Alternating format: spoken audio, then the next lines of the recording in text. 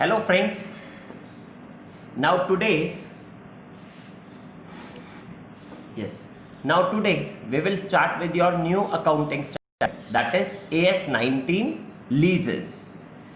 What we have to study in this accounting standard will be introduction, classification, technical terms, accounting treatment, sale and lease back transactions. These are the 5 topics which we have to study in this accounting standard leases. So when we will talk about introduction, तो introduction में देखो आपको क्या पढ़ना है. तो I want to say there are 2 parties in the lease transaction. One is lessor and the other one is lessee. Who is lessor? The person who transfer or who give the goods on lease will be called as lessor. And who is lessee? The person who purchase or who undertake the goods under lease terms will be called as lessee. तो जो दे रहा है lease पर, जो अपने asset को या अपने गुड्स को दे रहा है वो लेसर होगा, और जिसने ये गुड्स या एसेट लीज पर लिया है he will be called as lessee. तो there are 2 parties, lessor and the lessee. Lessor क्या करता है? तो लेसर एक एसेट को देता है, लीज आउट करता है, लीज एसेट करता, लीज पर देता है एसेट को, तो that will be called as your lease asset for an period of time, तो that will be called as your lease term या लीज पीरियड. और द लेसी फिर क्या करता है? हर ईयर एनुअली उसको लीज देता है लेसर को, तो that is called as your lease rent. So this type of arrangement, when it has been made, it is called as your lease arrangement, or it can be called as your leases. For example, I want to say जो हम hire purchase करते हैं, say suppose हमने hire purchase accounts के first group में भी पढ़ा है, तो hire purchase transactions are nothing but lease only, but it is a kind of financial lease. तो जो हम ये लीज पर कोई चीज लेते हैं, लीज पर लेना मतलब रेंट पर लेना for a long period of time. It can also be, we can call it as in this manner, ठीक है ना. तो अब ये जो लीज होती है ना, 2 टाइप से क्लासिफाई हो सकती है. एक होती है ऑपरेटिंग लीज, एक होती है financial lease.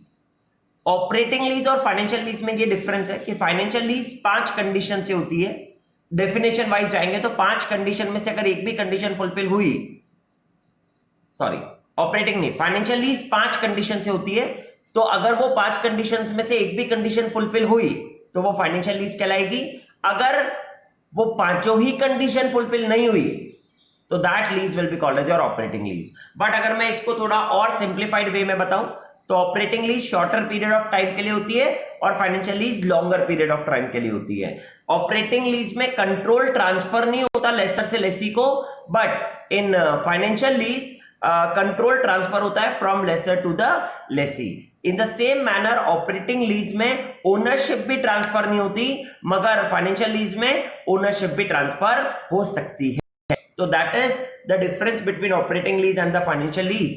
And when we talk about this classification, तो जैसे मैंने बताया आपको, ऑपरेटिंग लीज हो सकता है, एक मिनट, हाँ, ऑपरेटिंग लीज हो सकता है, ऑपरेटिंग लीज या financial lease.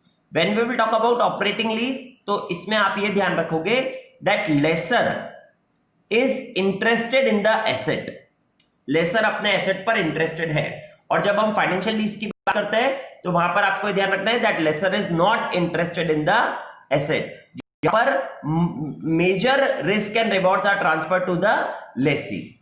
When major risk and rewards are transferred, lessee becomes the owner or lessor is not interested in the asset, that will be called as your financial lease. But financial lease की जो मैंने आपको बताया 5 conditions हो सकती है, पांचों में से अगर एक भी कंडीशन हुई तो will be called as your financial lease. पांचों की पांचों ही कंडीशन फुलफिल नहीं हुई तो then it will be called as your operating lease. तो वो 5 कंडीशन क्या है?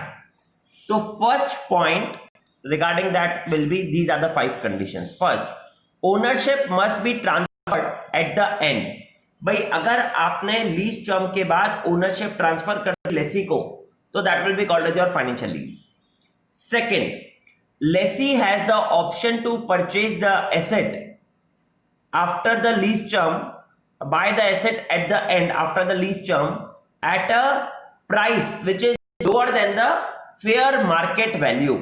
फेयर मार्केट वैल्यू उस टाइम पर जो भी था उससे कम पर ही अगर आप लेसी के पास ऑप्शन है कि वो उस एसेट को परचेज कर सकता है, तो again that lease will be called as your financial lease. That has been given. Lessee has the option to buy the asset at the end at the price which is lower than FMV. Fair market value से कम पर ही वो purchase कर सकता है, उसके पास ये option है, तो that will be again called as your financial lease. Third, asset is of special nature which is customarily produced only for lessee, so then again that will be called as your financial lease. Fourth, जो lease term है वो substantial period, substantial life of the asset को cover up कर रहा है. तो वो कितना होता है substantial life of an asset? ये एएस में तो सब्सटेंशियल लाइफ मेंशन है बस, बट जनरल पैरेलेंस में हम बोलते हैं कि 75% या उससे ज्यादा कि जो एसेट की लाइफ है वो लीज टर्म में कवर हो रही है, तो भी ये फाइनेंशियल लीज कहलाएगा. फॉर एग्जांपल, आपने एसेट, आपके एसेट की लाइफ थी 10 इयर्स. अब अगर आपने उस एसेट को 8 इयर्स, 9 इयर्स, 7.5 इयर्स के लिए दे रखा है लीज पर, ठीक है ना, एसेट की लाइफ 10 इयर्स है और आपने 7.5 इयर्स के अबव किसी भी पीरियड के लिए दे रखा है उसको, तो that will be called as your financial lease. उसके बाद fifth point, that present value of minimum lease payment is greater than or equal to 90% of the FMPV fair market value at the beginning.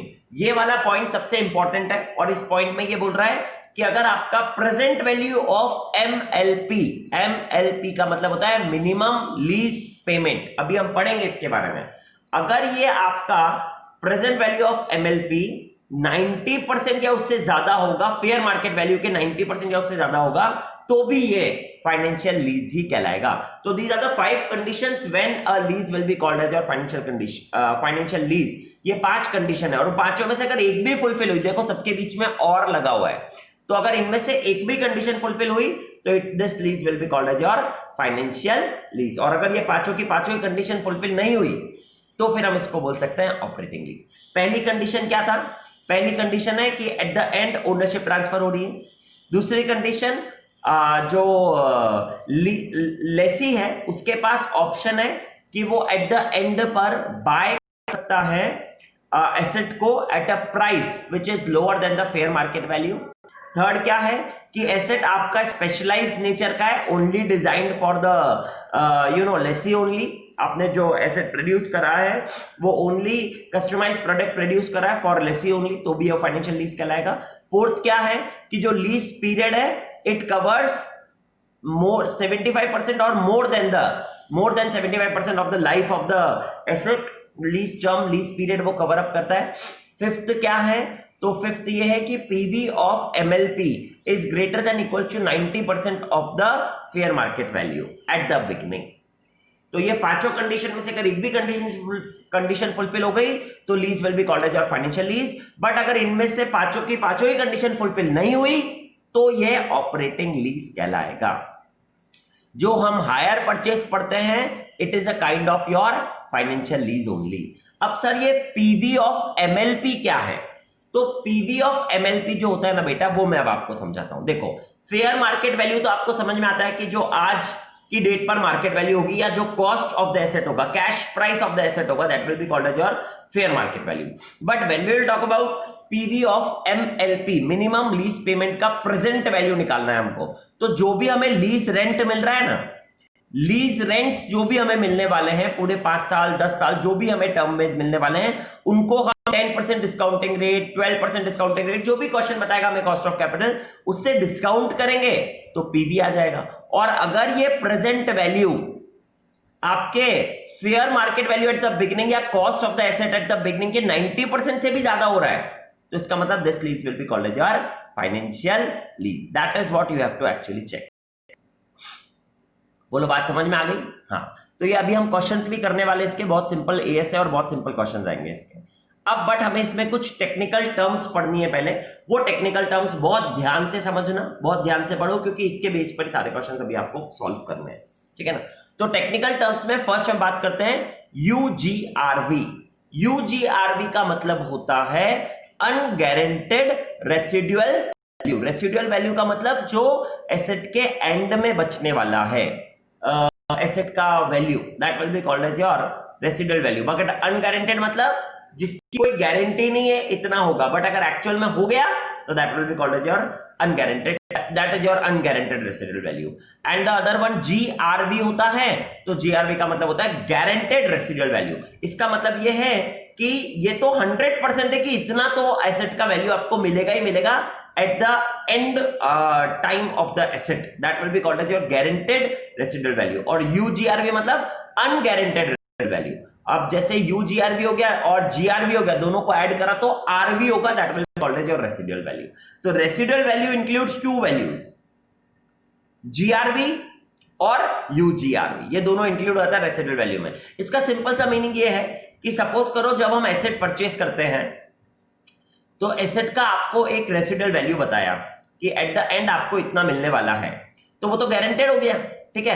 अब अगर actual में उससे ज्यादा हो गया तो जो रिमेनिंग बचा उसमें जो एक्चुअल ज्यादा आया आपके गारंटेड से, तो the difference of that will be called as your UGRV. But that is what you have to understand, ठीक है ना। और अगर जितना आपने बताया था उतना ही आपको मिल रहा है, तब आपको समझना है कि RV is equals to GRV, therefore UGRV will be nil, unguaranteed residual value will be nil। So that is what you have to actually understand regarding GRV, UGRV and RV, ठीक है। तो ये तो आपकी रेसिडुअल वैल्यू, उसमें से guaranteed कितना और अनगारंटेड कितना, ठीक है। फिर आता है मिनिमम लीज पेमेंट, MLP को बोलते हैं minimum lease payment. Minimum lease payment का मतलब क्या होता है? मिनिमम लीज पेमेंट का मतलब होता है through out the lease period आपको लेसी क्या देने वाला है, what is the earnings which you are going to have over the lease term, that will be called as your minimum lease payment। तो आपको मिनिमम लीज पेमेंट, अगर मैं laser के पॉइंट ऑफ व्यू से बोलूं, लेसर जो दे रहा है उसको बोलूं, तो उसको क्या क्या मिल रहा है? तो आई बिलीव उसको लीज रेंट मिल रहा है, एनुअल लीज रेंट मिल रहा है ना, प्लस साथ में क्या मिल रहा है उसको, साथ में मिल रहा है GRV, गारंटेड रेसिडुअल वैल्यू भी तो मिलेगा उसको एट द एंड में। So that is minimum lease payment from lesser point of view। In the same manner, minimum lease payment from lessee point of view भी यही सेम हुआ कि वो क्या पे करने वाला है through out the lease terms. तो आई बिलीव वो पे करने वाला है पहले तो सारा लीज रेंट और साथ में वापस से GRV, that is called as your MLP। तो MLP क्या हुआ? MLP हो गया total of lease rent plus GRV will be called as your MLP, minimum lease payment. LR का मतलब लीज रेंट होता है, GI का मतलब, हाँ अब देखो GI बहुत इंपॉर्टेंट है, और NI। GI का मतलब होता है gross investment. Gross investment is nothing but MLP plus UGRV। MLP में तो वैसे ही GRV आ ही गया है ना, तो अब सिर्फ UGRV जो आपको एक्स्ट्रा और मिल जाएगा, that will be included with MLP, that will be called as your GI, gross investment। Sorry, gross investment को हम हायर परचेज प्राइस भी बोल सकते हैं। Gross investment can also be called as your hire purchase price. और इसके बाद आता है आपका NI, net investment. Net investment को आप कैश प्राइस भी बोल सकते हो, या मैं उसको बोल सकता हूं present value of GI, gross investment की प्रेजेंट वैल्यू को नेट इन्वेस्टमेंट भी बोल सकते हैं। एंड देन उसके बाद आपका जो एक और टर्म आएगा, इसमें नहीं बता रखा बट मैं आपको बताता हूं, GI और NI का डिफरेंस जो होता है उसको हम बोलते हैं UFI, unearned financial income. Unearned financial income is nothing but जो वो इंटरेस्ट एलिमेंट होता था ना, HPP और कैश प्राइस का difference, that will be called as your UFI, unearned financial income, which will be the difference of GI and NI। तो GI में से जब आप NI को माइनस करोगे तो आपके पास UFI आएगा, that is unearned financial income। तो these are the terms which we are going to use in this accounting standard। First is UGRV। UGRV का मतलब होता है unguaranteed residual value। Then comes your GRV, that is guaranteed residual value। Then comes your RV, that is residual value. Then comes your MLP, that is your minimum lease payment. Minimum lease payment from the lesser point of view is nothing but total of lease rent plus GRV. MLP from lessee point of view, जो वो पे करने वाला है, तो that will be again lease rent plus GRV. Then comes your LR, that is called as your lease rent. Then comes your GI, that is HPP, और जिसको हम ग्रॉस इन्वेस्टमेंट भी बोल सकते हैं, या फिर हम उसका कैलकुलेशन कर सकते हैं, that is MLP plus UGRV, या फिर लीज रेंट प्लस RV, एक ही बात है. उसके बाद होता है NI, नेट इन्वेस्टमेंट, जिसको हम बोलेंगे present value of GI, gross investment की प्रेजेंट वैल्यू निकालने को हम NI भी बोल सकते हैं. उसके बाद आता है आपका UFI, last term, that is unearned financial income is equals to GI minus NI, which is called as your unearned financial income. It is nothing but interest income. तो ग्रॉस इन्वेस्टमेंट और नेट इन्वेस्टमेंट के difference को हम interest unearned financial income भी बोल सकते हैं. अब देखो इसने UGRV अब एक एक करके ये एक्सप्लेनेशन दिया है. तो UGRV is RV minus GRV, जो मैंने आपको समझाया. तो इसने एक और RV equals to GRV plus UGRV. तो इसने बताया कि सपोज करो अगर RV 120, रेसिडुअल वैल्यू आपको 120 मिल रहा है, जिसमें से गारंटेड 100 था, तो आई बिलीव 20 क्या हुआ, UGRV हो गया यार. बहुत सिंपल है. अब अगर RV 100 है और रेसिडुअल वैल्यू भी 100 ही था, तो UGRV क्या हो गया, नील हो गया यार. ये तो मैंने अभी जस्ट आपको ये वाली बात समझाई है, ठीक है ना. चलो इसके आगे अब हम आते हैं. तो देखो आगे क्या बताया आपको. Yes, now they have told us UGRV is equals to positive और नील. नेगेटिव कभी नहीं हो सकता, ये तो आपको बात पता है ही सही. If RV is greater than GRV, then RV is less than GRV, हाँ, then RV becomes GRV. हाँ वो तो सही बात है, मतलब ये सब कुछ ज्यादा काम का नहीं है. अब देखो जो मैं आपको बता रहा था, MLP लेसर के पॉइंट ऑफ व्यू से लीज रेंट प्लस GRV, उसको MLP लेसर के पॉइंट ऑफ व्यू से बोलते हैं, और सेम MLP लेसी के पॉइंट ऑफ व्यू से lease rent plus GRV. But ये minimum amount the lessor will earn over the lease term और minimum amount lessee will spend over the lease term को MLP बोलते हैं. अब ये GRV और ये GRV क्या है, तो ये जो लेसर के लिए MLP आता है ना, उसमें जो गारंटेड रेसिडुअल वैल्यू है वो कौन दे रहा है, या तो लेसी दे रहा है, या लेसी के बिहाफ पर कोई और पर्सन दे रहा है, या ओनर खुद दे रहा है लेसर को, इतना तो गारंटेड मिलने ही वाला है. That is called as your GRV. ऐसे ही लेसी के पॉइंट ऑफ व्यू से बात करते हैं, तो ये जो GRV गारंटेड रेसिडुअल वैल्यू कौन बता रहा है, या तो लेसी बता रहा है या कोई और लेसी के बिहाफ पर बता रहा है. तो that is the only difference. इसमें ओनर भी आ जाता है और इसमें GRV में यहां पर सिर्फ guarantee given by the lessee या guarantee given by somebody else on behalf of lessee. ये आपका, बट इससे कोई ज्यादा मतलब नहीं है, ये सिर्फ डेफिनेशन वाइज गिवन है, therefore I am explaining you. But आपको MLP समझ में आना चाहिए. Total of lease rent plus साथ में क्या करना है, GRV या प्लस GRV करना है, तो MLP आ जाता है आपका, ठीक है ना. और प्रेजेंट वैल्यू ऑफ MLP, अगर ये जो आपने लीज रेंट प्लस GRV करा ना, जो अब हम FM का कैपिटल बजटिंग जैसा करेंगे, कि इनका अगर मैं प्रेजेंट वैल्यू निकालता हूं और वो अगर मेरा प्रेजेंट वैल्यू 90% के अबव, 90% या 90% से अबव हो जाता है FMP के, fair market value, cash price के 90% के अबव हो जाता है अगर इसका प्रेजेंट वैल्यू, तो this lease will be called as my financial lease. This is the topic जो अभी हमें पढ़ना भी है आगे, ठीक है ना. तो ये डेफिनेशंस आपको समझाई मैंने. अब हम बात करते हैं GI की, जो ग्रॉस इन्वेस्टमेंट है. ये भी मैंने आपको अभी जस्ट बताया ही है कि ग्रॉस इन्वेस्टमेंट क्या होता है.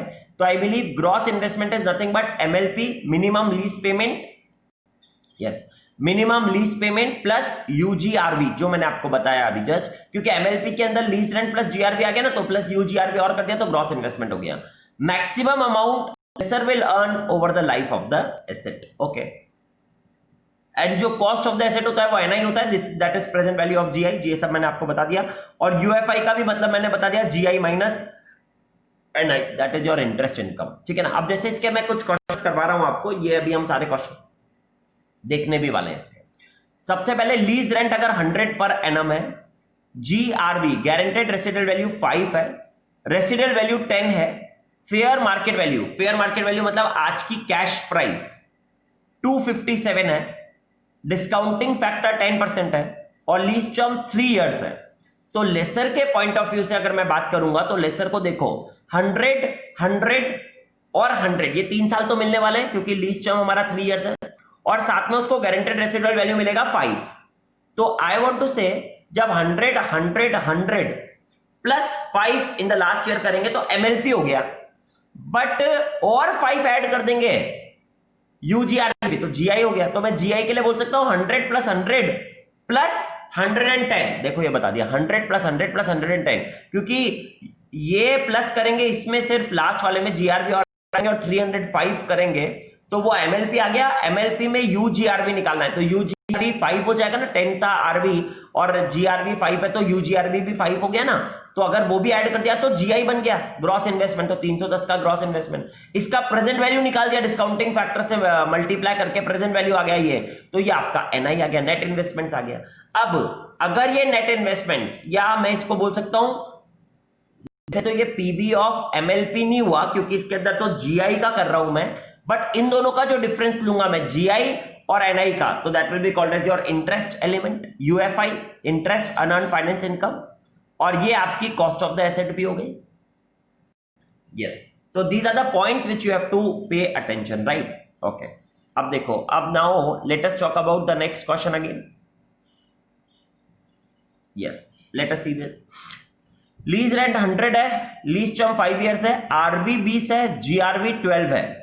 कैलकुलेट यूजीआरबी। यूजीआरबी कैसे कैलकुलेट होगा? तो आरबी माइनस जीआरबी कर देंगे तो 8 रुपीज आ जाएगा। एमएलपी लेसर के पॉइंट ऑफ व्यू से निकालना है, तो मिनिमम लीज पेमेंट लेसर के पॉइंट ऑफ व्यू से निकालना है, तो उसको 100 5 साल के लिए मिल रहा था, 100 इंटू 5 तो टोटल लीज रेंट हो गया 500 प्लस गारंटेड रेसिडुअल वैल्यू 12, तो 512 रुपए हो गया MLP from lessor point of view. Same way MLP from lessee point of view निकालना है तो भी 512 आएगा क्योंकि उसमें भी जीआरबी ऐड करते हैं। और ग्रॉस इन्वेस्टमेंट निकालना है तो gross investment is nothing but MLP जो आपने 512 निकाला प्लस यूजीआरबी जो आपने 8 निकाला तो 520 आ गया। ये सारा आपको करके बता रखा है।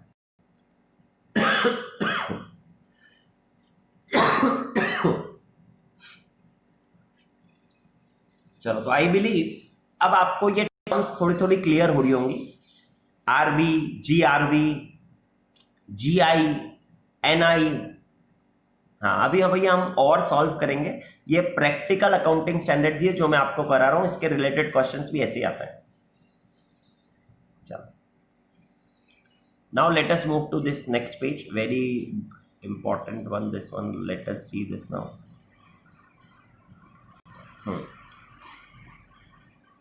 यस फ्रेंड्स, ओके, क्या गिवन है देखो।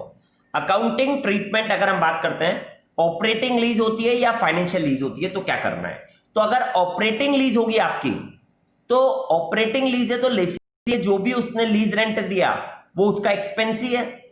तो ऑपरेटिंग लीज हुई तो लीज रेंट पेड बाय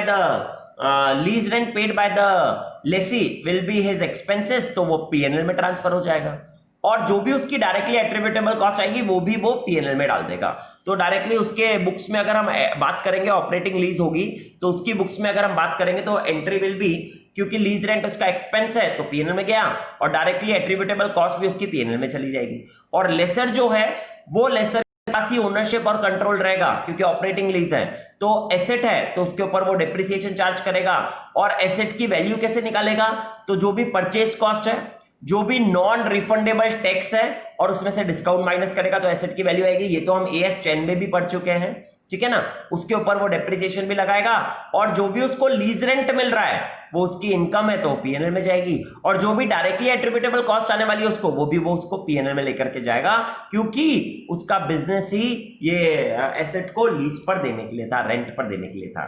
तो अगर ऑपरेटिंग लीज हुआ तो बहुत सिंपल एंट्रीज है। लेसी की बुक्स में जब भी वो लीज रेंट पे करेगा तो lease rent account debit to bank, और वो पीएनएल में चला जाएगा तो PNL account debit to lease rent. और जो भी डायरेक्टली एट्रीब्यूटेबल कॉस्ट आएगी वो सब भी वो पीएनएल में लेकर के जाएगा। और लेसर के बुक्स में बनाएंगे हम एंट्री, तो लेसर एसेट को दे रहा है, सॉरी लेसर के पास तो एसेट ही रहेगा, तो उस एसेट के पहले तो पूरी कॉस्ट निकाल लोगे, वो खरीद के लाया तो asset account debit to bank. उसके बाद उसके ऊपर वो डेप्रिसिएशन भी वही चार्ज करेगा ऑपरेटिंग लीज में, तो depreciation account debit to asset. और उसके बाद जो भी उसको लीज रेंट मिला तो वो bank account debit to lease rent, जो कि वो पीएनएल में लेकर के चला जाएगा। तो अकाउंटिंग ट्रीटमेंट ऑपरेटिंग लीज का तो बहुत सिंपल हो गया। अब हम बात करते हैं फाइनेंशियल लीज की, ठीक है ना।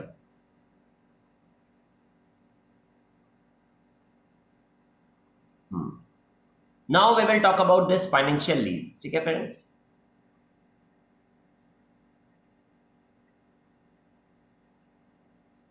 Yes, now let us talk about this financial lease. हाँ चलो, तो फाइनेंशियल लीज जब भी होगा तो यहां पर ओनरशिप और कंट्रोल किसके पास आया, लेसी के पास आया फाइनेंशियल लीज में।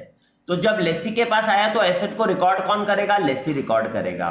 तो लेसी क्या एंट्री पास करेगा उसमें, तो asset account debit to payable account. Payable किसको है, लेसर को है। तो लेसी एंट्री पास करेगा asset account debit to payable account, देखो ये आ गया, ठीक है ना।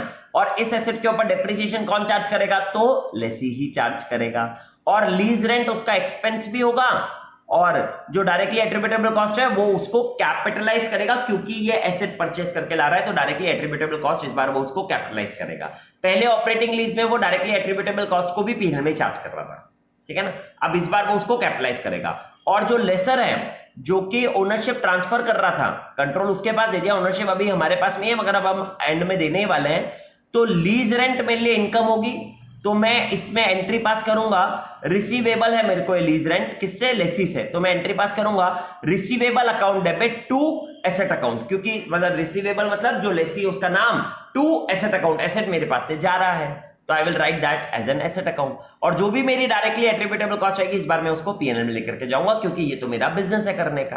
बट डेप्रिसिएशन इस बार कौन चार्ज करेगा, लेसी चार्ज करेगा। तो that is the accounting treatment. But now the main point two understand over here is कि जब लेसी है जो अपनी बुक्स में रिकॉर्ड करता है asset account debit to payable account, तो वो या तो कैश प्राइस यानी एफएमपी, या फिर जो आपका PV of MLP from lessee point of view आएगा। पीवी ऑफ एमएलपी, एमएलपी मतलब minimum lease payment. Minimum lease payment कैसे निकलता है, जितना भी वो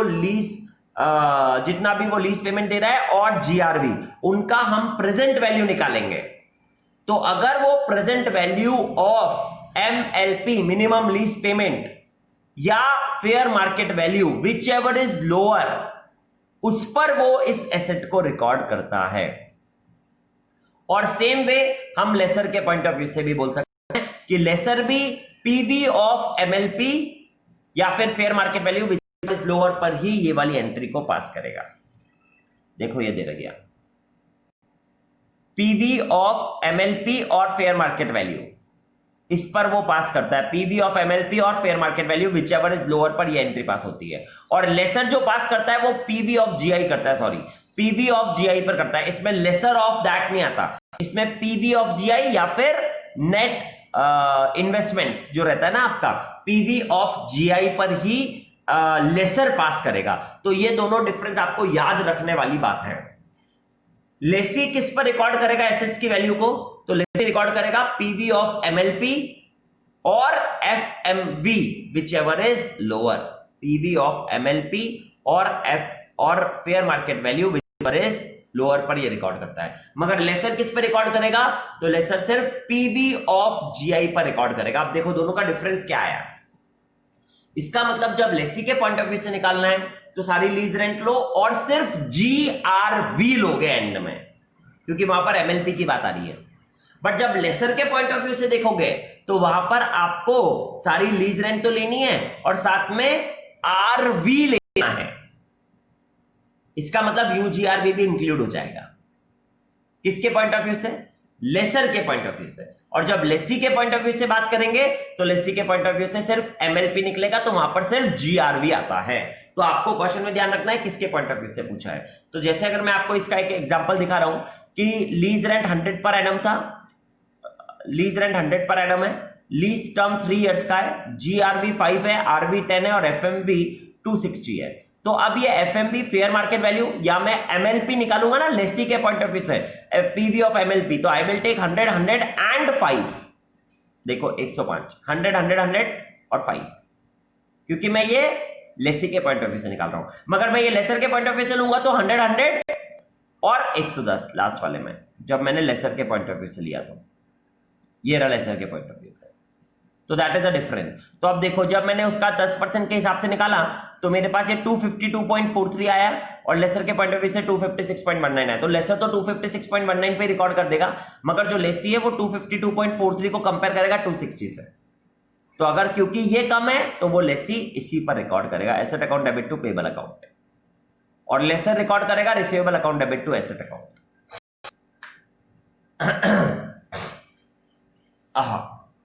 आई बिलीव अब आपको ये समझ में आ रहा है।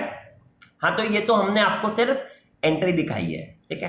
Now let us move to the questions part. I believe अब हमारे इसके कुछ टॉपिक कंप्लीट हो गए, लास्ट टॉपिक बस अब हमारा और बच रहा है, बट अब हम इसके कुछ क्वेश्चन सॉल्व करना सीखते हैं, how to solve the questions, ठीक है। तो let us move to these question parts now. AS19 के हम क्वेश्चंस पर आते हैं फ्रेंड्स। तो आप देखोगे आपका सबसे पहला क्वेश्चन इसमें जो दे रखा है yes, when we will talk about the first question of AS19, तो it is write a short note on sale and lease back transaction as per accounting standard 19। ये अभी हमने आपको समझाया नहीं है, लास्ट है थियोरेटिकल क्वेश्चन है, अभी समझाएंगे आपको। Explain the type of leases as per AS19। I believe there are two types of leases as per AS19, operating lease and financial lease. When that 5 conditions you will write that ownership is transferred at the end, lessee has the option to purchase the asset at lower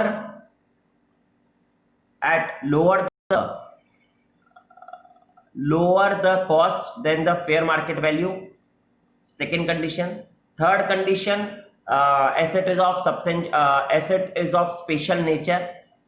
Fourth condition, that lease term is greater than equals to 75% of the life of the asset.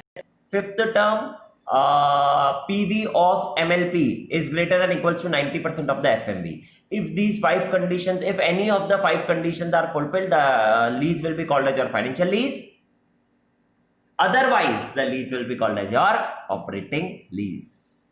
Financial lease और operating lease के difference भी बता दोगे तो operating lease is of the shorter term, financial lease is of the longer term. Operating lease control is not transferred, control is transferred, and the last one ownership is not transferred, ownership is transferred. चलो, define the term finance lease, state any 3 situation when a lease would be classified as financial lease. I hope मैंने इसी के साथ में इसका भी answer आपको बता दिया। तो 107 क्वेश्चन भी आपका थ्योरेटिकल क्वेश्चन है जो कि कंप्लीट हो गया। अब हम बात करते हैं 108 क्वेश्चन की। एनुअल लीज रेंट है 40,000 eight the end of each year, lease period है 5 इयर्स का, गारंटेड रेसिडुअल वैल्यू आपको मिलने वाला है 14,000, fair value at the Inception beginning of the lease is 1,50,000, interest rate implicit on lease is 12.6%। ये interest rate implicit is nothing but your IRR, जिसको हम IRR बोलते हैं, वही आपका इंटरेस्ट रेट इम्प्लिसिट होता है। The present value factor at 12.6% are 0.89, 0.79, 0.7, 0.662, 0.552 at the end of first, second, third, fourth, fifth year respectively. Show the journal entry to record the asset taken on finance lease in the books of lessee. Lessee के point of view से बात कर रहा है, तो अगर लेसी के point of view से बात कर रहा है तो general entry to record the asset taken, तो asset account debit to payable account करेगा, मगर वो किस पर करता है, FMV या फिर PV of MLP, which ever is lower. तो इसका मतलब FMV तो आपके पास है ही सही 1,50,000। अब आप क्या निकाल के चेक करोगे इसको, आप निकाल करके चेक करोगे PV of MLP। PV of MLP निकालने के लिए क्या लोगे आप, तो आपको 5 साल के लिए 40 40 40 40 जैसे हम करते थे ना, CI बनाते थे और लास्ट में आप स्क्रैप वैल्यू लेते थे। तो यहां पर लेसी के पॉइंट ऑफ व्यू से जब बात करेगा तो स्क्रैप वैल्यू की जगह GRV आ जाएगा सिर्फ। तो आपका एवरी ईयर तो 40 40 40 4 साल तक, और 5वें साल में 40 + 14, और उसको आप ये जो डिस्काउंटिंग फैक्टर से इनसे मल्टीप्लाई कर दोगे तो जो भी आपका PV का आंसर आया, अगर वो आपका 150 से कम पर है तो आप उस पर रिकॉर्ड करोगे। यही पॉइंट अगर यही क्वेश्चन में लेसर के पॉइंट ऑफ व्यू से बोलता तो लेसर एंट्री करता receivable account debit to asset account, but वो ये वाली जब एंट्री पास करेगा तो वो किस पर करेगा, PV ऑफ GI पर। इसका मतलब वहां पर सिर्फ 14,000 गारंटेड रेसिडुअल वैल्यू के साथ साथ यूजीआरवी भी अगर क्वेश्चन में होता तो वो भी हमें लेना पड़ता। तो ये लेसर के पॉइंट ऑफ व्यू से होता है, बट अभी जो क्वेश्चन है वो लेसी के पॉइंट ऑफ व्यू से पूछा है, इसलिए उसमें आपको यूजीआरवी लेने की कभी जरूरत नहीं है। ये इंपॉर्टेंट पॉइंट था, इसलिए बार बार रिपीट करके समझा रहा हूं आपको। अगर लेसी के पॉइंट ऑफ व्यू से है तो पीवी ऑफ एमएलपी निकालो, लेसर के पॉइंट ऑफ व्यू से है तो पीवी ऑफ जीआई निकालो। ठीक है, हाँ चलो। तो ये 108 क्वेश्चन तो अब आप समझ गए, और अब आप इसका सॉल्यूशन भी चेक कर सकते हो। देखो इसने यही करा है, 40 40 40, इसका ले लिया, ऐड करा, ये आ गया। तो एसेट की वैल्यू ये आ रही है और वो 150 से कम है, तो इसलिए इस पर इसने रिकॉर्ड कर दिया। अगर आप कैलकुलेट करने गए और आपके 150 से ज्यादा आ रही है ये वैल्यू, तो आप 150 पे रिकॉर्ड कर देना, it will make no issue. समझ में आ गया आपको ये? तो that was your question number 108। Now let us move to the question number 109। Okay, चलो let us read this question now. 109, BNP Limited availed a lease from N&L Limited. Okay, the conditions of the lease terms are as under. Lease period is 3 years. In the beginning of the year 2010 for the equipment costing 10 lakh and has an expected useful life of 5 years.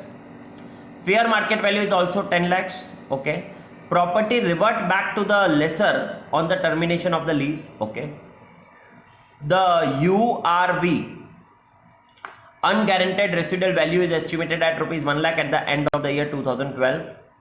Okay, 3 equal annual payments are made at the end of each year. Okay, consider IRR at 10%. Okay, the present value of rupee 1 due at the end of third year at 10% rate of interest is itna.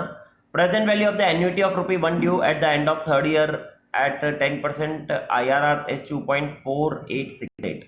State whether the lease constitute finance lease and also calculate the unearned finance income. ठीक है दोस्त, आप देखो ये पूछ रहा है क्या ये लीज आपकी फाइनेंस लीज है, और कैलकुलेट करो unearned finance income.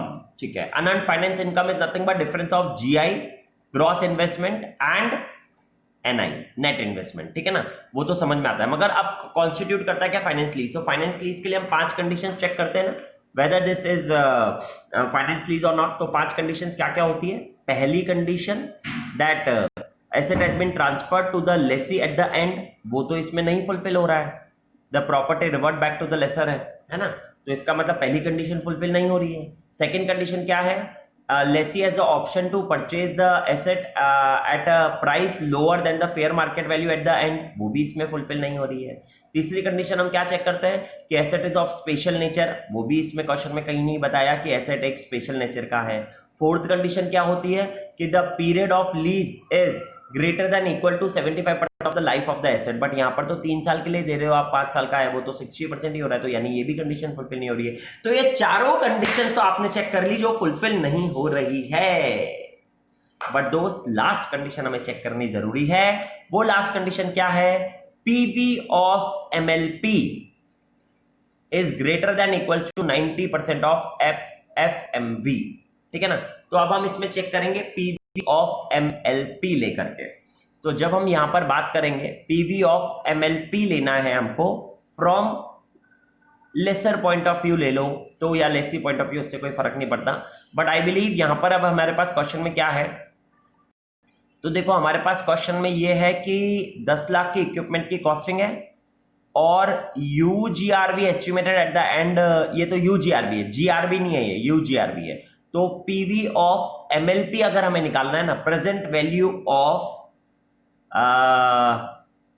PV of, हाँ मिनिमम लीज पेमेंट का निकालना है, तो उसमें तो जीआरबी लेते हैं हम, ठीक है ना, और लीज रेंट लेते हैं, मगर वो लीज रेंट भी हमें इस बार क्वेश्चन में गिवन नहीं है, तो हमें वो भी निकालना पड़ेगा।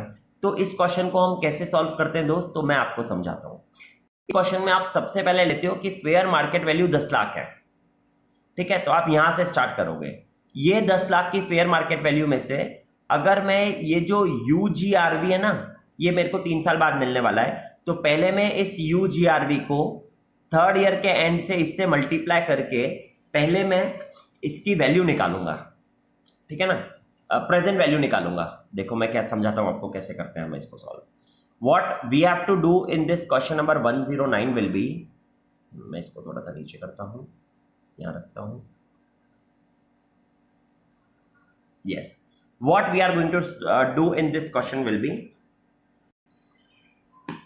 हम सबसे पहले इसमें क्या करते हैं, हमेशा ध्यान रखना, मैं आपको एक तरीका समझा रहा हूं, इसी से रिलेटेड हर बार क्वेश्चन आपको ऐसे ही सॉल्व करना है।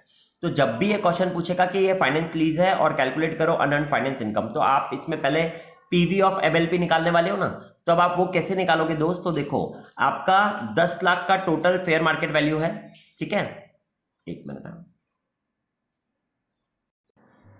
ओके, तो अब ये क्वेश्चंस कैसे सॉल्व होते हैं, तो देखो व्हाट आई वांट टू से over here is finance lease है कि नहीं है, तो अब हमको पीवी ऑफ एमएलपी निकालना पड़ेगा ना, और वो पीवी ऑफ एमएलपी देखो मैं आपको समझाता हूं एक बार, एनआई क्या होता है, नेट इन्वेस्टमेंट क्या होता है, net investment is nothing but PV of GI होता है ना। अब प्रेजेंट वैल्यू ऑफ जीआई, तो जीआई में दो चीजें होती है, एमएलपी और यूजीआरवी, और दोनों का मैं पीवी ले लूंगा, तो it should be equals to my NI, और वो मेरे को value FM fair market value जो दे रखी है वो 10 लाख ही दे रखी है, तो मैं बोल सकता हूं कि ये जो 10 लाख है आज की वैल्यू जो है वो इक्वल्स टू क्या हुआ, PV of MLP plus PV of UGRV, ठीक है, तो 10 lakh is equals to PV of MLP plus PV of UGRV.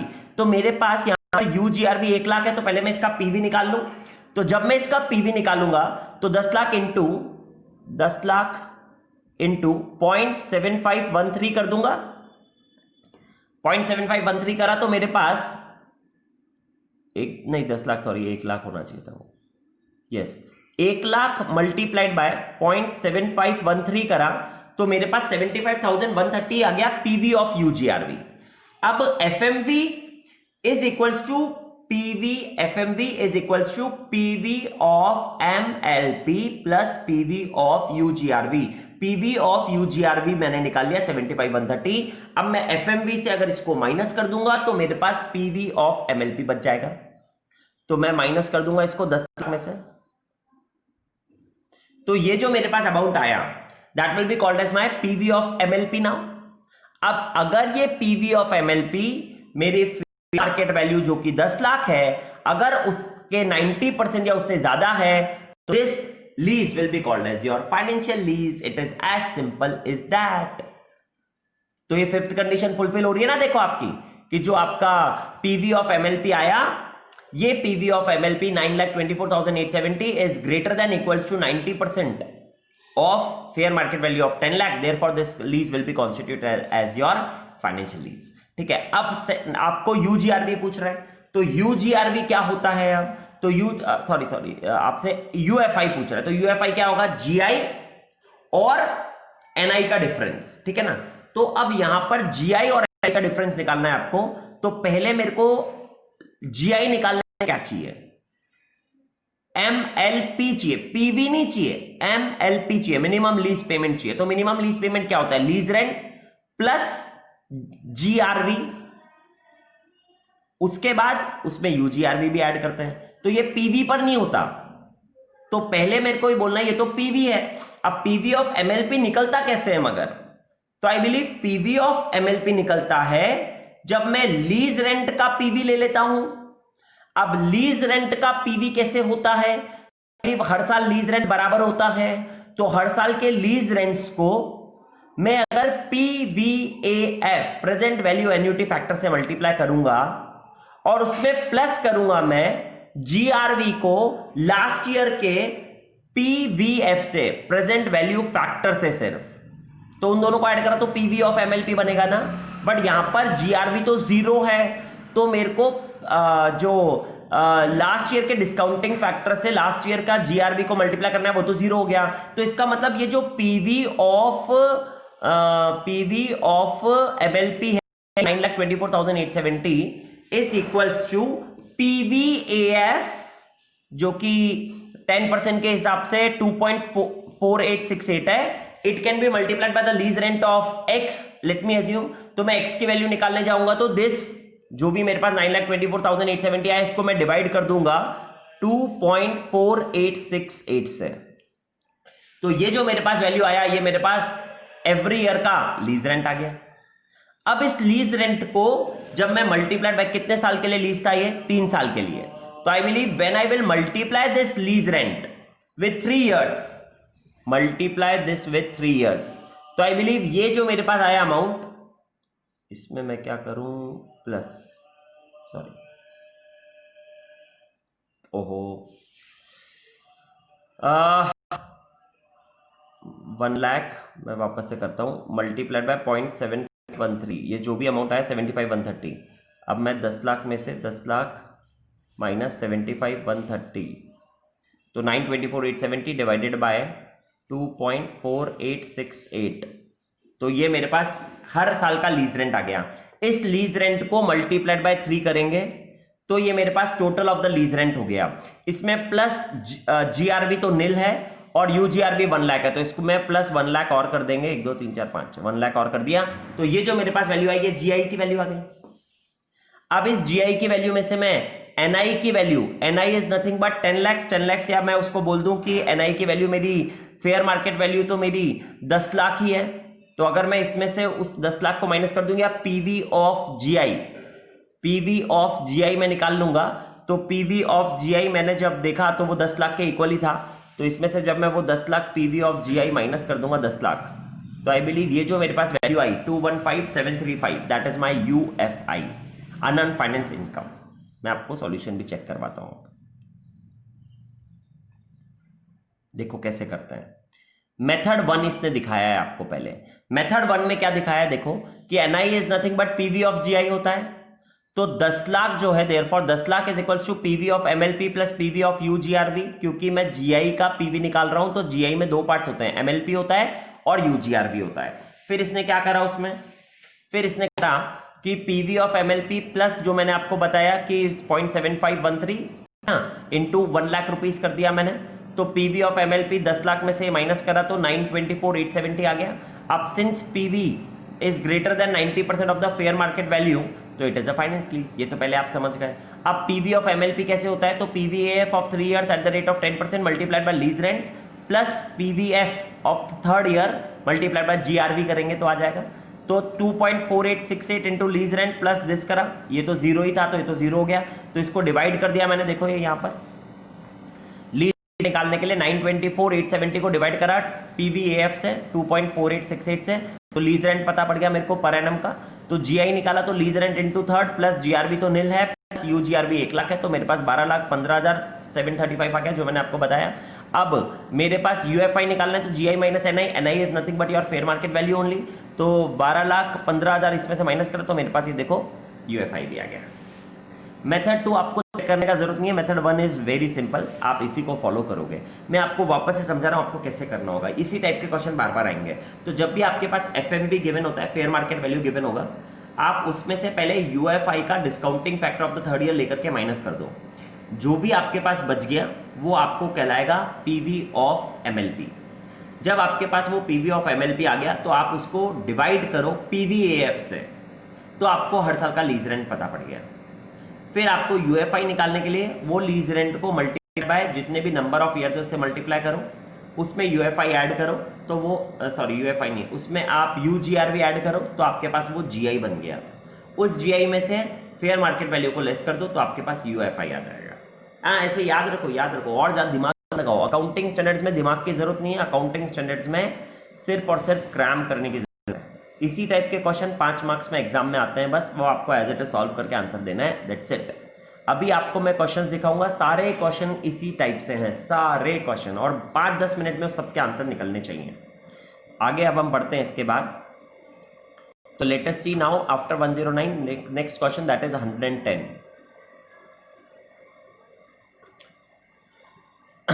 Same question है, an equipment having the expected useful life of 5 years is leased for 3 years. Both the cost and fair market value of the equipment is 6 lakh. Amount will be paid in 3 equal installment, and at the termination of the lease, lessor will get back the equipment. The unguaranteed residual value at the end of 3rd year is 60,000. The IRR of the investment is 10%. Present value of the annuity factor of ₹1 due at the end of 3rd year at 10%. IRR is 2.4868. Present value of ₹1 due at the end of the third year at 10% rate of interest is 7513.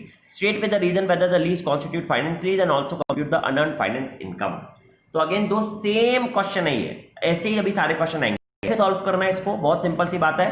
Finance lease constitute करना है, तो ये जो 6 लाख है ये हमारी fair market value है। अब हम इसमें वापस से पीवी ऑफ एमएलपी निकालेंगे। अगर वो पीवी ऑफ एमएलपी हमारा 90% या उसके अबव होगा, क्योंकि सिर्फ यही कंडीशन चेक करनी पड़ती है इसमें, बाकी चारों कंडीशन तो अभी नहीं बता रखी है मैं। तो ये वाली कंडीशन चेक करने के लिए हम वापस से कैलसी उठाएंगे। ये कैलसी उठाया, ये कैलसी उठाया, ये रहा 110 वाला क्वेश्चन। क्या करना है, सबसे पहले 6 लाख रुपए आपको दे रखा है, मगर उसमें से 60,000 आपका यूजीआरबी है, तो ये 60,000 मल्टीप्लाइड बाय 0.7513 करेंगे सबसे पहले, तो 45,078 आ गया।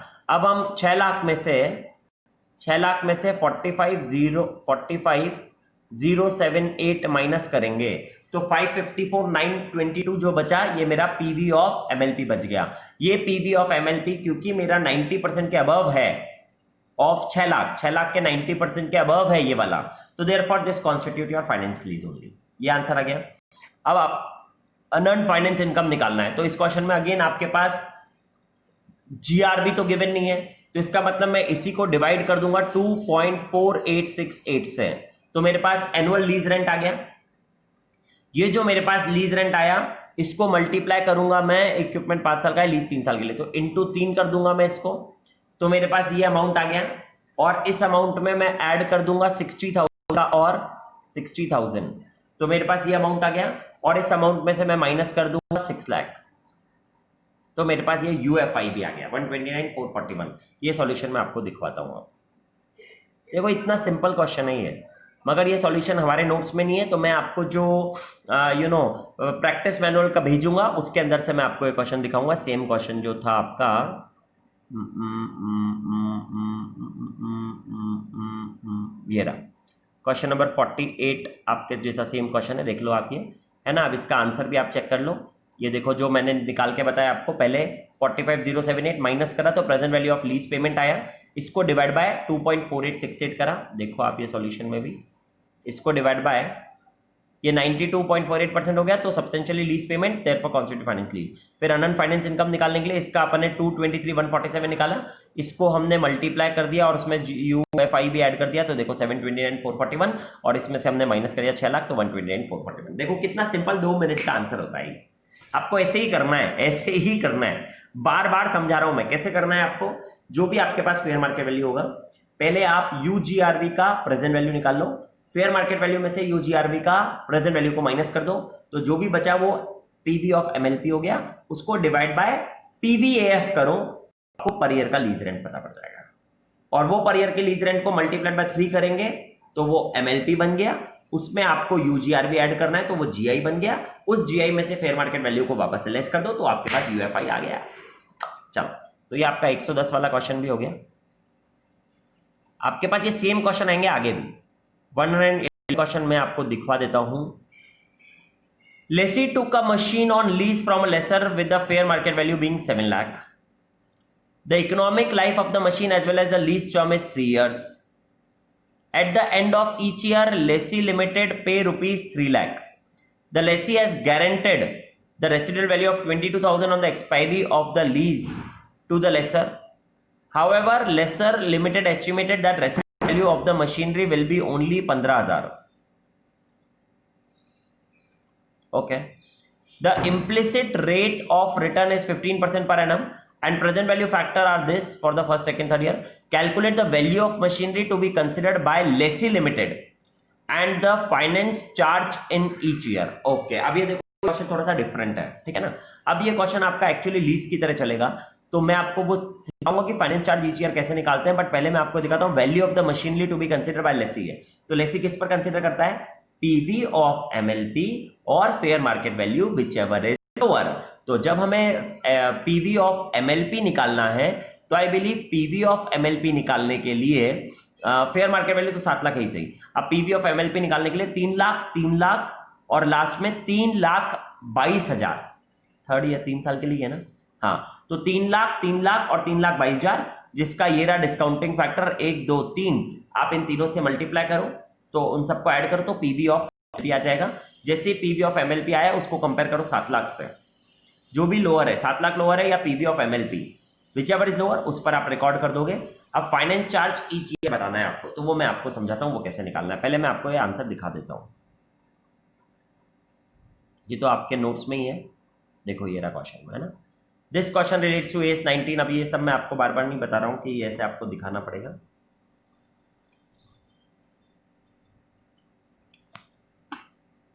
एक मिनट, हाँ यस, तो latest check this now. Question number 11 में देखो ये रहा आपके पास 3 लाख, व्हाट इज हैपनिंग यार, वेट अ मिनट, 3 लाख और 3,22,000 लिया आपने, मल्टीप्लाई करा, डिस्काउंटिंग फैक्टर ये आ गया। तो जब आपके पास यूएफआई निकालना था तो ये आपका पूरा जीआई हो जाता है, और जीआई में से आप ये एनआई माइनस कर दोगे तो आपके पास यूएफआई आ गया, तो टोटल इंटरेस्ट भी हो गया। ये तो आपको पहले से भी समझ में आता है, ठीक है। अब इसके बाद जब हमें कैलकुलेशन ऑफ लीज पेमेंट्स करना होता है, कैलकुलेशन ऑफ लीज पेमेंट जब आपको करना है, यार एक मिनट,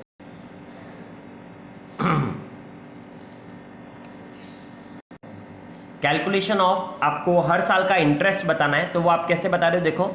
तो जो अपन वो हायर परचेज वाला नहीं करते थे वैसे ही करना है कि अगर हमारा ओपनिंग लोन इतने रुपीस का है जो आप रिकॉर्ड करने वाले थे ना, उसमें आप 15% इंटरेस्ट ऐड कर दो, फिर आपका हर साल का जो इंस्टॉलमेंट है 3 लाख रुपए आप दे रहे हो वो माइनस कर दो, फिर जो वैल्यू बचाया फिर आप उसका वापस से 15% निकाल दो इंटरेस्ट, तो हर साल का आपको फाइनेंस चार्ज पता पड़ता जा रहा है। फिर वापस से इंस्टॉलमेंट माइनस करो, फिर जो बचा उसका 15% कर दो, फिर आप वापस से आप इंस्टॉलमेंट माइनस कर दो तो जीरो हो जाएगा। तो हर साल का फाइनेंस चार्ज जैसे हम हायर परचेज में करते हैं वैसे ही आपको बताना है। तो that is your question number 111। Okay friends, so after your this question number 1111 okay, after your this 111 question, अब हम आते हैं आपके क्वेश्चन नंबर 113 पर। आपका 1112 वाला जो 112 मतलब 112 वाला क्वेश्चन बाद में करवाऊंगा मैं आपको। चलो तो पहले अब हम 113 देखते हैं। Classify the following into either operating और फाइनेंस लीज, ठीक है। तो lessee has the option to purchase the asset at lower than the fair value at the end of the lease term, it is your finance lease. Economic life of the asset 10 years, lease term is 6 years, but the asset is not acquired at the end of the lease term. Again, it is your finance lease because it is more than 75. Lease term is more than 75% of the life of the asset. Therefore, again, finance lease. Economic life of the asset is 6 years. Lease term is 2 years, but the asset is of special nature and has been procured only for the use of the lessee. Again, it is your finance lease because it is of special nature. Present value of minimum lease payment MLP is X, fair value is equals to MLP X is equals to यहां आएगा ये fair value of the asset is Y। तो अगर fair value equal हो रहा है present value of MLP तो again it is your finance lease only। तो इन चारों का आंसर आपका फाइनेंस लीज का ही है। तो let me show you the answer. ये भी आपके वो जो ये रहा आपका, मैं प्रैक्टिस मैनुअल का जो आपको अभी पीडीएफ सेंड करूंगा उसमें से आपके आंसर चेक करना। क्वेश्चन नंबर 51 में मिलेगा आपको ये। Lease as option of lower than the fair value of the end of the lease term, ये रहा, ये आपका फाइनेंस लीज और ये आप पढ़ सकते हो पूरा क्वेश्चन, ठीक है ना। Fair value of the asset is Y, तो ये इक्वल हो गया, therefore it is again finance lease. तो ये क्वेश्चन चारों के चारों आंसर आपके फाइनेंस लीज के ही है। नेक्स्ट अब हम आते हैं इसके बाद आपका 114th क्वेश्चन पर, जो कि आपको गिवन है। What do you understand by the term interest rate implicit on lease. तो interest rate implicit on lease का मतलब क्या होता है, तो that is your internal rate of return, जहां पर आपका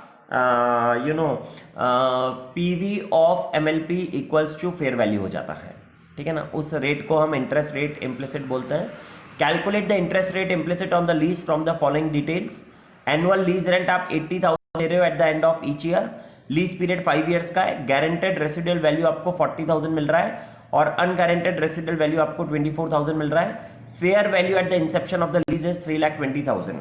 तो आई बिलीव यहाँ पर आप पीवी ऑफ एमएलपी लोगे तो सिर्फ आपको 40,000 ही लेना चाहिए। Discount rate for the first 5 years R S below, ये 10% पर, ये 14% पर। तो आई बिलीव ये आईआरआर का क्वेश्चन है दोस्त, तो हम इसको आपको चेक भी करवा देते हैं। ये रहा आपका 52 वाला क्वेश्चन ये है, ठीक है।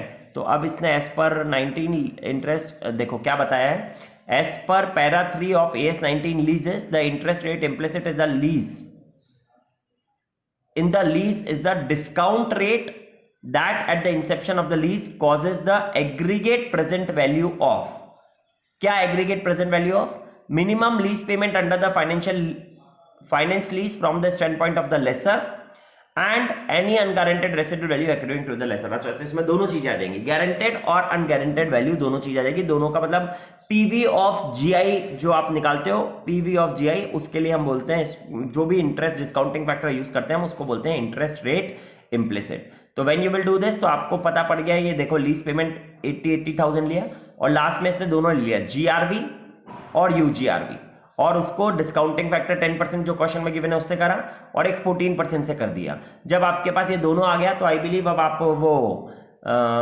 हम उसको क्या बोलते थे,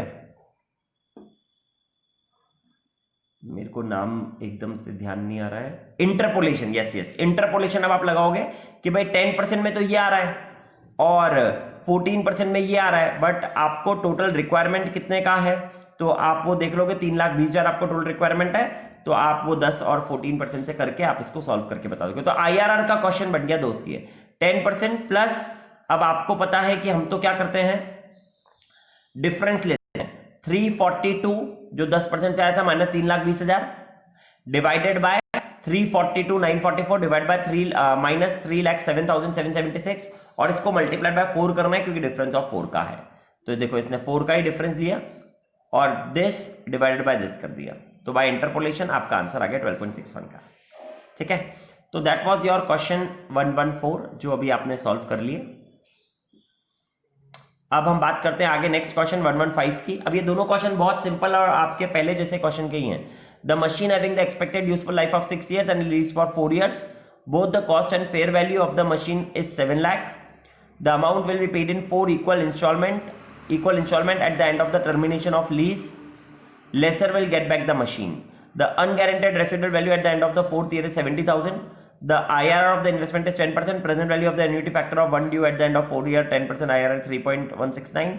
Present value 1 due of 4th year is 0.683. State with the reason whether the lease constitute finance lease and also compute the unearned finance income. Same question हो गया 1110 जैसे ही। इसको आप 119 1110 ये सारे सेम क्वेश्चन थे। इसको वापस से कैसे सॉल्व करना है मैंने आपको सिखाया हुआ है, मैं वापस से लेता हूं आपके सामने। देखो ये रहा 115 क्वेश्चन है। पहले मैं 70,000 को 0.683 से मल्टीप्लाई कर दूंगा, 70,000 मल्टीप्लाई 0.683, 47,8110 आ गया। अब मैं 7 लाख में से माइनस कर दूंगा, 7 लाख माइनस 47,810, तो मेरे पास 652,190 बच गया। इसको मैं डिवाइड कर दूंगा 3.169 से, डिवाइडेड बाय 3.169 से, तो ये मेरे को minimum lease payment lease rent per year per annum पता पड़ गया। जैसे मेरे को ये लीज रेंट पता पड़ा तो मैं ये फाइनेंस लीज आ गया, तो सिंस दिस इसको मल्टीप्लाइड बाय 3 कर देता हूं मैं, या 4 कर देता हूं मैं, है ना, मल्टीप्लाइड बाय 4, मल्टीप्लाइड बाय 4 नहीं, मल्टीप्लाइड बाय 3.169। तो पहले तो ये 650 since it is constituting more than 90%, तो it is a finance lease, पहली बात तो ये हो गई। अब फिर इसको मैंने जब डिवाइड करा 3.169 से, तो ये पर ईयर का मेरे पास लीज रेंट आ गया। इसको मल्टीप्लाइड बाय 4 कर दिया और इसमें प्लस कर दिया मैंने 70,000, ये आ गया, और इसमें से फेयर मार्केट वैल्यू 7 लाख को लेस कर दिया, तो मेरे पास 193,212 का अनअर्न्ड फाइनेंस इनकम भी आ गया। आंसर चेक करवा देता हूं मैं आपको। देखो कितने सिंपल क्वेश्चन थे ये वाले। 7 लाख वाला है ना, ये रहा आपके पास, ये रहा क्वेश्चन 7 लाख का है ना, 70,000 जो आ रहा था 683 का, तो आप चेक करो पूरा एग्जैक्टली वैसा का वैसा ही करा है। और 193,212 जो अभी हमने निकाला था, चेक करा दो क्या आपको, यही तो निकाला था अभी हमने, 193,212, देखो ये रहा आपके पास सेम आंसर, 193,212, 193,212। अब आपको ये समझ गया होगा, ठीक है ना। और सेम ऐसा का ऐसा ही क्वेश्चन इसके बाद वाला भी है, ये अक्षत वाला भी, और इसके बाद का भी आंसर आप इसमें से ही चेक कर सकते हो। ये जो मैं आपको भेजूंगा ना, इसी में 54th वाले क्वेश्चन में भी आपका यही क्वेश्चन है, एग्जैक्टली सेम क्वेश्चन है। You can do it in by your own also, और आप इसको चेक कर लोगे, ठीक है। अब हम एक नेक्स्ट टॉपिक पर आते हैं आपके, that is sale and lease back. Sale and lease back वाले टॉपिक पर हम पहले आ जाते हैं। ये रहा आपका sale and lease back transaction. अब ये क्या होता है दोस्त, sale and lease back? Sometimes ये मेनली होता है वैसे आपके बिल्डिंग, लैंड बिल्डिंग में होता है। ऐसा क्या होता है, सपोज करो मुझे पैसों की रिक्वायरमेंट है, तो मैं क्या करूंगा ना, मैं मेरी इस प्रॉपर्टी को, जो मेरी लैंड एंड बिल्डिंग है, मैं इसको सोल्ड कर दूंगा। जब मैं इसको सोल्ड कर दूंगा तो मेरी ये टर्म्स एंड कंडीशन होगी कि मैं ये आपको बेच तो रहा हूं, मगर आप मेरे को ये वापस से रेंट पर मुझे आप दे दोगे, and that rent will be for 20 years around, या मोर देन दैट ऑल्सो, जब तक मैं रहना चाहूं। तो इससे क्या हुआ, इससे मैंने सेल भी कर दिया, मेरे को पैसे भी मिल गए, और मैं हर साल आपको लीज रेंट भी दे रहा हूं। बट आप इसमें बोलोगे लेसर को क्या फायदा, अरे यार उसकी प्रॉपर्टी बन गई यार, ठीक है ना, और उसको ये एसेट खरीदना है तो उसके पास पैसे पड़े हुए थे तो उसने पैसे लगा दिए। तो these types of transactions are called as your sale and lease back. ये मेनली किस में होता है, लैंड और बिल्डिंग में होता है। मेरे को पैसों की जरूरत है, लेसी को पैसों की जरूरत है, तो लेसी ने उस एसेट को पहले बेच दिया और वापस से उसने खुद ने ही लीज पर ले लिया, और हर साल फिर वो उसको लीज रेंट भी पे करेगा। तो these types of transactions are called as your sale and lease back. अब ये सेल और लीज बैक ट्रांजेक्शंस को क्या पढ़ना है इसके बारे में हमें, तो अगर बुक वैल्यू 50 lakhs है सेल और लीज बैक ट्रांजेक्शन में, बुक वैल्यू 50 lakhs है, सेल वैल्यू 60 लाख है, तो अब आपका बुक वैल्यू तो 50 लाख और आपने सेल कर दिया उसको 60 लाख में। तो पहली बात तो आपको क्या करना है कि करंट ईयर के पीएनएल में आपके प्रॉफिट हो गया ना 10 लाख का, तो आप वो करंट ईयर के पीएनएल में ले जाओ 10 लाख का प्रॉफिट, ठीक है ना। अगर फेयर मार्केट वैल्यू भी 60 लाख होगी तो, ठीक है, तो अगर फेयर मार्केट वैल्यू भी 60 लाख है और आपने भी 60 लाख में बेच दिया, तो आप 10 लाख का प्रॉफिट आपके पीएनएल में ले जा सकते हो। अब अगर आपकी बुक वैल्यू थी 50 लाख और सेल वैल्यू आपने करी 45 लाख, 50 लाख से भी कम पर करी, और फेयर मार्केट वैल्यू भी 50 लाख है, fair market value is equals to your book value only, but you sold it, sale value is below that this one, तो आप करंट ईयर के पीएनएल में 5 लाख रुपए चार्ज कर दो, क्योंकि फेयर मार्केट वैल्यू 50 लाख है, which is equals to your book value. तो आप जो 5 लाख का लॉस हो रहा है ना, उसको आप ट्रांसफर कर दोगे पीएनएल में, करंट ईयर के पीएनएल में।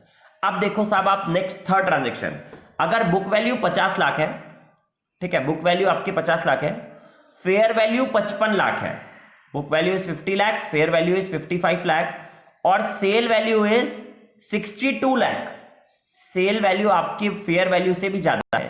तो अब आप क्या करने वाले हो, तो जो डिफरेंस ऑफ बुक वैल्यू और फेयर वैल्यू है 5 लाख, वो तो हम करंट ईयर के पीएनएल में दिखा देंगे, क्योंकि हमें टोटल तो 12 लाख का प्रॉफिट हुआ, मगर 5 लाख तो हम करंट ईयर के पीएनएल में दिखा देंगे, और जो उसके अबव, फेयर वैल्यू के अबव आपका सेल वैल्यू 7 लाख रुपए आया, वो आप लीज टर्म, जो जितना भी आपका लीज टर्म है ना, उस लीज टर्म पर आप ये 7 लाख को दिखाओगे over the lease period, lease term के ऊपर आप ऐसा दिखाओगे।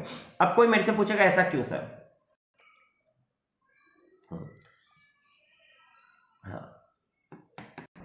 यस, अब कोई मेरे से पूछेगा ऐसा क्यों सर, तो देखो इसमें आप एक समझना, बुक वैल्यू 50 लाख की थी, फेयर वैल्यू था 55 लाख का।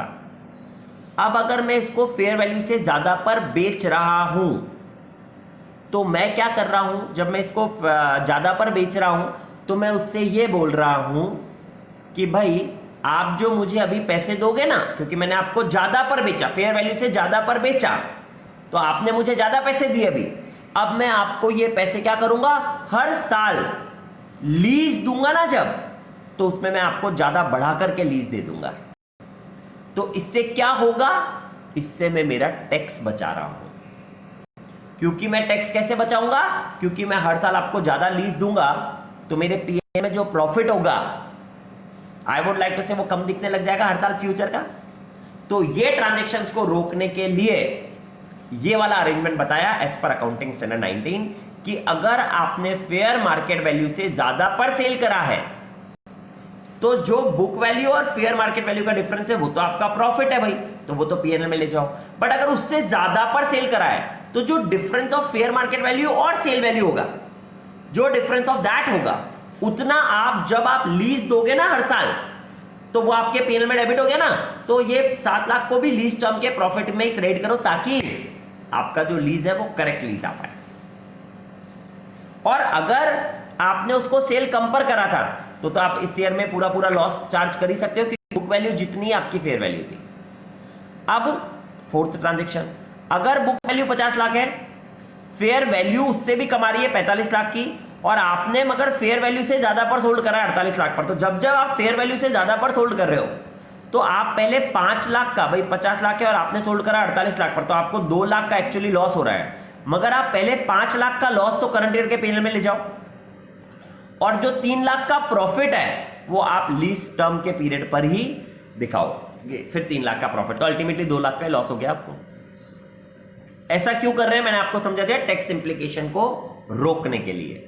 कभी कभार लेसी और लेसर इस ट्रांजेक्शन को कर सकते हैं, तो फेयर मार्केट वैल्यू के अगर अबव पर या फेयर मार्केट वैल्यू से अबव पर जब भी वो ऐसा सोल्ड करते हैं, तो जो भी difference of fair market value और अबव की सेल वैल्यू का जो भी डिफरेंस होता है वो लीज टर्म के ऊपर ही जाएगा, वो वाला प्रॉफिट, और बुक वैल्यू को फेयर मार्केट वैल्यू से कंपेयर करके आप पीएनएल में ट्रांजैक्शन कर दोगे।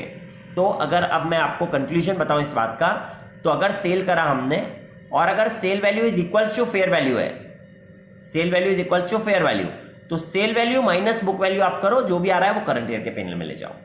अगर सेल वैल्यू कम है फेयर वैल्यू से, तो भी यही वाला ट्रांजैक्शन कि sale value minus book value current year के पीएनएल में, ये दोनों तो बहुत सिंपल हो गए। बट कहां पर प्रॉब्लम आई, अगर sale value is greater than fair value, तो आपको क्या करना है, तो आपको fair value minus book value, fair value minus book value तो करंट ईयर के पीएनएल में, और sale value minus fair value जो होगा ओवर द लीज टर्म में आपको वो प्रॉफिट को दिखाना है। तो that is called as your lease sale and lease back transaction. Again I am repeating, sale और लीज बैक ट्रांजेक्शन में क्या होता है कि अगर आपका sale value market fair value के इक्वल है और या उससे कम है, तो जो भी बुक वैल्यू और सेल वैल्यू का डिफरेंस है वो करंट ईयर के पीएनएल में चला जाएगा। बट अगर आपका सेल वैल्यू आपके फेयर वैल्यू से ज्यादा है, तो बुक वैल्यू और फेयर वैल्यू का डिफरेंस हो करंट ईयर के पीएनएल में, और सेल वैल्यू और फेयर वैल्यू का जो डिफरेंस आएगा वो ओवर द लीज पीरियड आप चार्ज करोगे। इससे क्या होगा, इससे जो टैक्स इंप्लीकेशन आप टैक्स बचाना चाहते थे फ्यूचर में ज्यादा लीज रेंट दे करके, वो आपका टैक्स इंप्लीकेशन सही हो जाएगा। For this purpose accounting standard 19 में ये वाली बात को लाया गया था। तो देखो आप समझो कॉन्सेप्ट कितना अच्छा है कि लोग बाग कैसे कैसे अरेंजमेंट्स करके टैक्स को बचा सकते हैं। आप चार्टर्ड अकाउंटेंट बन जाओगे तो आपको ये सब इंप्लीकेशंस ढंग से समझ में आने ही चाहिए। मैंने क्या करा, फेयर मार्केट वैल्यू से ज्यादा पर मैंने बोला कि यार तू मेरे से ये ज्यादा पर सेल वैल्यू दिखा दे, तो जब तू ज्यादा पर सेल वैल्यू दिखा देगा तो मेरे को करंट ईयर में तो टैक्स आ जाएगा, ठीक है ना, मगर मैं फ्यूचर में क्या करूंगा, मैं तेरे को ये फ्यूचर में लीज रेंट ज्यादा ज्यादा दे दूंगा। तो जब मैं लीज रेंट ज्यादा ज्यादा दे दूंगा तो मेरे को वो खर्चा उतना मिल जाएगा फ्यूचर में टैक्स का। तो ये अरेंजमेंट मैं कर सकता था ना। इसको नलीफाई करने के लिए मेरे को ये बताया गया है कि कभी भी अगर आपकी सेल वैल्यू आपकी फेयर वैल्यू से ज्यादा पर आपने करी होगी, सेल वैल्यू अगर आपकी फेयर वैल्यू से ज्यादा करी होगी, तो difference of that sale value and fair value ये ओवर द लीज पीरियड में आप प्रॉफिट को दिखाओगे। समझ में आ गया? हाँ, बस तो दैट इज द पॉइंट। अब हम ये जब पढ़ चुके हैं तो I believe now we can see that question. तो वो जो क्वेश्चन हमारे हैं, लेट अस सी दैट। तो हम बात करते हैं अभी अब आपका ये जो क्वेश्चन था ना 112 और 112 और एक पहले ये वाला, write a short note on sale and lease back transaction as per accounting standard 19। तो आई बिलीव हमने sale and lease back transaction as per accounting standard 19 ये वाली बात तो आप शॉर्ट नोट तो सारा बता ही सकते हो। वो 3 पॉइंट्स बताओगे कि अगर आपकी सेल वैल्यू फेयर वैल्यू के इक्वल है या सेल वैल्यू फेयर वैल्यू से कम है, तो आपका sale value minus book value current year के पीएनएल में चला जाएगा। बट अगर आपका सेल वैल्यू फेयर वैल्यू से ज्यादा है तो आप 2 पार्ट्स में डिवाइड करोगे आपके प्रॉफिट को, fair value minus book value current year के पीएनएल में, फिर sale value minus fair value difference जो आएगा वो ओवर द लीज पीरियड आपको चार्ज करना है। बस दैट इज शॉर्ट नोट हो गया। अब हम इसी के क्वेश्चन पर आ जाते हैं आपके 112 पर भी, जो लास्ट क्वेश्चन आपका बचा है। X limited sold JCB machine having a WDV, ये आपकी बुक वैल्यू होगी 50 lakh, to Y Limited for 60 lakh, and the same JCB will leased back by Y Limited to X Limited। तो हम एक्स लिमिटेड सोल्ड ही कर रहा था ना ये, तो हमने सेल भी करा और वापस से लीज बैक भी ले लिया। 50 लाख को 60 लाख पे सोल्ड करा है। The lease is operating lease of course. Comment according to the relevant accounting standard if sale price of 60 lakh is equal to the fair value. अगर फेयर वैल्यू के इक्वल आ गया तो 10 लाख का जो प्रॉफिट आया वो आप पीएनएल में दिखा दो। फेयर वैल्यू 50 लाख था और सेल प्राइस आपने करा है 45 लाख में, ठीक है, तो आपने 45 लाख पे सोल्ड करा है, तो आपने आपकी सेल प्राइस फेयर प्राइस से कम है, तो जो 5 लाख का आपको लॉस हो रहा है वो भी पीएनएल में दिखा दो। फेयर वैल्यू 55 लाख है मगर आपकी सेल प्राइस 62 लाख है, तो वो जो मैंने आपको भी दिखाया था वो सारा यही है एक्चुअली। तो फेयर वैल्यू 55 लाख है और सेल प्राइस आपका 62 लाख है, तो जो 5 लाख का प्रॉफिट है वो तो पीएनएल में चला जाएगा और जो 7 लाख का प्रॉफिट है वो लीज पीरियड जो है उसमें आपको दिखाना है पीएनएल के अंदर, उसमें आप राइट ऑफ करोगे, मतलब उसमें आप रिकॉग्नाइज करोगे। और फेयर वैल्यू 45 लाख है मगर सेल प्राइस 48 लाख है, वापस से ज्यादा तो हो रही है, तो पहले तो आप 50 लाख माइनस 45 लाख 5 लाख का करंट ईयर में लॉस दिखा दो और ये जो 3 लाख का प्रॉफिट है वो आप लीज पीरियड में दिखा दोगे। But that is your answer. ये क्वेश्चन का आंसर वो तो वहां तो दिखाई दिया था मैंने आपको, ये क्वेश्चन का आंसर आपको यहां पर भी मैं दिखा देता हूं। That is in question number 51।